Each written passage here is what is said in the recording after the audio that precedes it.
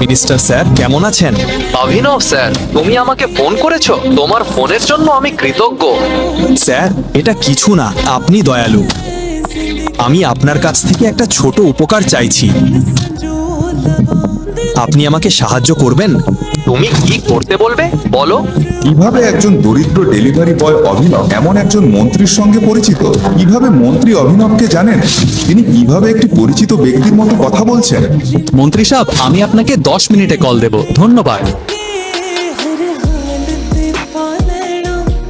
রবি Kumar sir, India's number 1 private company Egon private limited. যদি তারা অনন্যা ইন্ডাস্ট্রিজে বিনিয়োগ করে তাহলে কেমন হবে? কি ইগন প্রাইভেট লিমিটেড? স্বপ্ন দেখিও না অভিনব, তারা আমাদের কোনো সম্মান দেয় না। স্যার হয়তো আপনি পারবেন না, কিন্তু আমি পারবো। অভিনব রবি কুমারকে একটি সহজ কথা বলল। রবি কুমার শুনে হতবাক হলেন। রবি কুমার তৎক্ষণাৎ অভিনবকে কনফারেন্স রুমে নিয়ে গেলেন। এই নিচু মানের, এখনো কি চলে যাওনি? চিরাগ, ভদ্রতা রাখো। অনন্যা, অভিনবকেও একটা সুযোগ দাও। ওর একটি ভালো পরিকল্পনা আছে।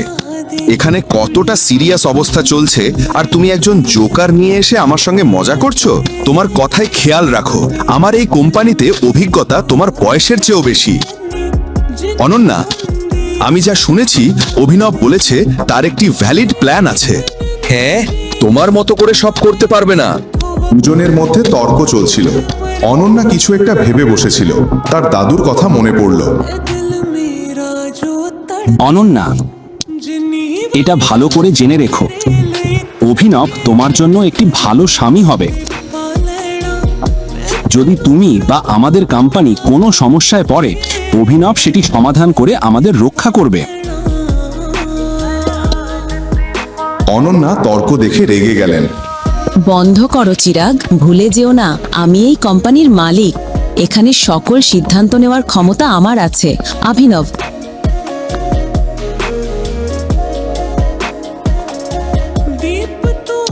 বসো এবং আমাকে তোমার প্ল্যান বলো। সার্বেশ খুশি হয়েছিল বেদিকাকে কিশোরের প্রতি রাখতে দেখে। রবি কুমার অভিনবকে নিজের পাশে ডাকলেন।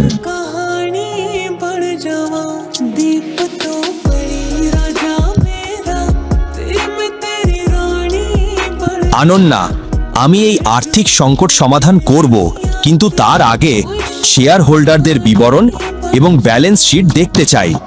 এটা বেশি হচ্ছে। আমরা কিভাবে কোম্পানির বিবরণ একজন অপরিচিতকে দেব?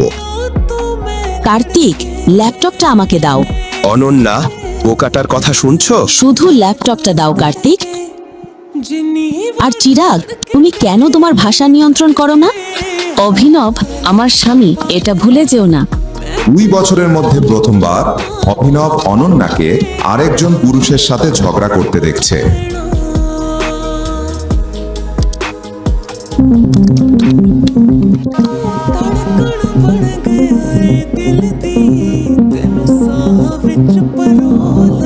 অনন্যা, আমি এই স্টেটমেন্টগুলোতে অনেক অনিয়ম দেখতে পাচ্ছি। আমি দেখতে পাচ্ছি আমাদের বিনিয়োগকারীরা ছেড়ে যাওয়ার প্যাটার্ন। শুধু তাই নয়, আমার ব্যালেন্স শিটে লেনদেন নিয়ে সন্দেহ আছে। হেই, বাজে কথা বলো না। এটা বলো, তুমি কিভাবে কোম্পানি বাঁচাতে যাচ্ছ? এই শেয়ার হোল্ডারদের কিভাবে নিয়ন্ত্রণ করতে যাচ্ছ? অনন্যা, আমি চাই কোম্পানির শেয়ারগুলো পুনঃক্রয় করতে। চমৎকার আইডিয়া। তুমি কি ভাবছো অভিনব? তুমি কি ভেবেছিলে আমরা এগুলো নিয়ে আলোচনা করব না? অভিনব, আমাদের কাছে একটা ফান্ড কোথা থেকে হবে?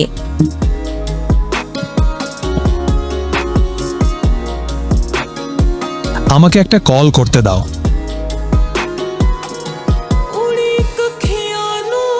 অভিনব তার ফোনে একটি নম্বর ডায়াল করল।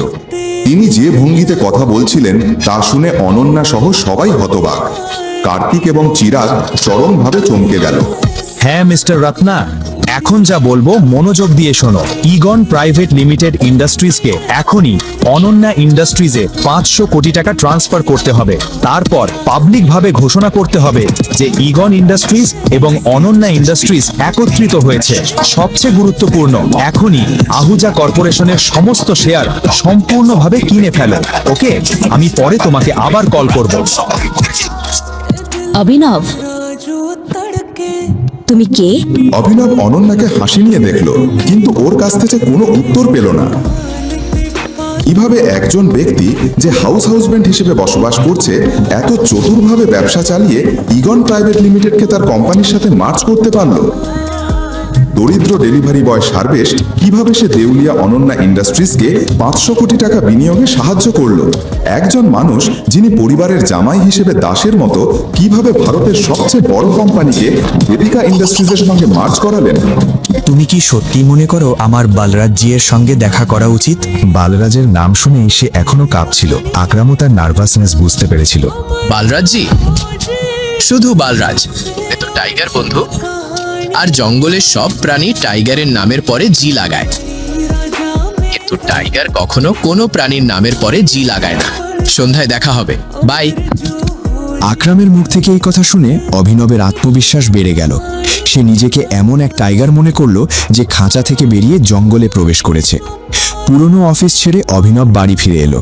সে মনে করতে পারছিল না শেষ কবে এমন করে নিজের বিছানায় আরাম করে শুয়েছিল।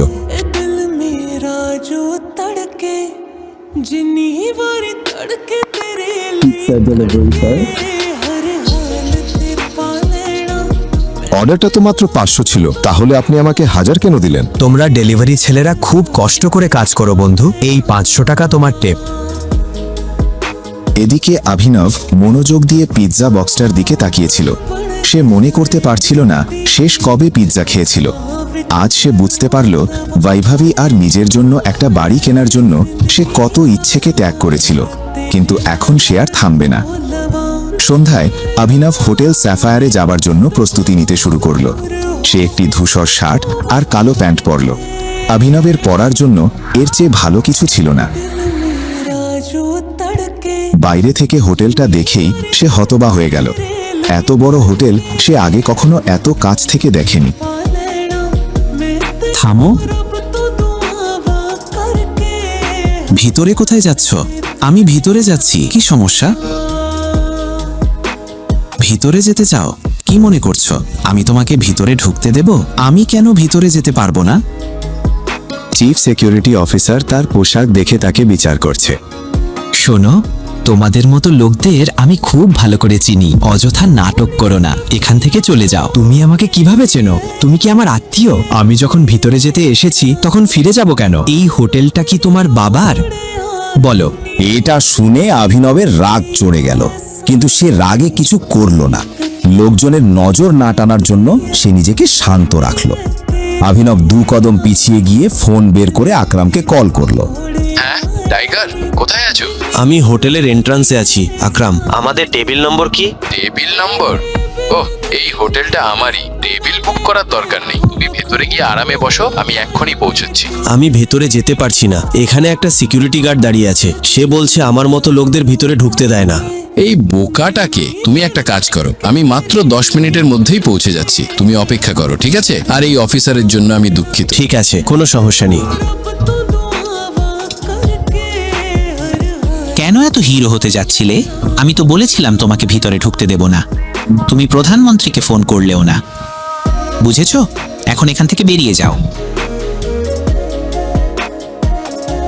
ও দেখ তো, তোমার ওই অকেজো এক্স। চলো ওকে নিয়ে একটু মজা করি।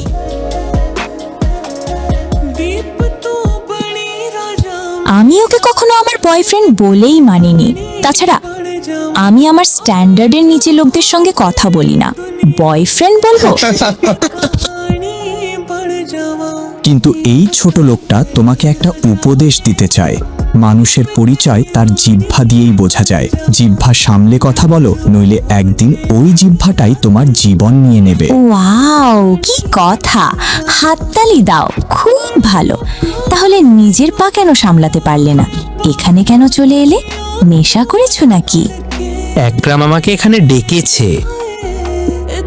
ও হ্যাঁ, মনে পড়লো। আকরাম স্যার সেদিন বলেছিল তুমি নাকি তার এক ড্রাইভারের ছেলে।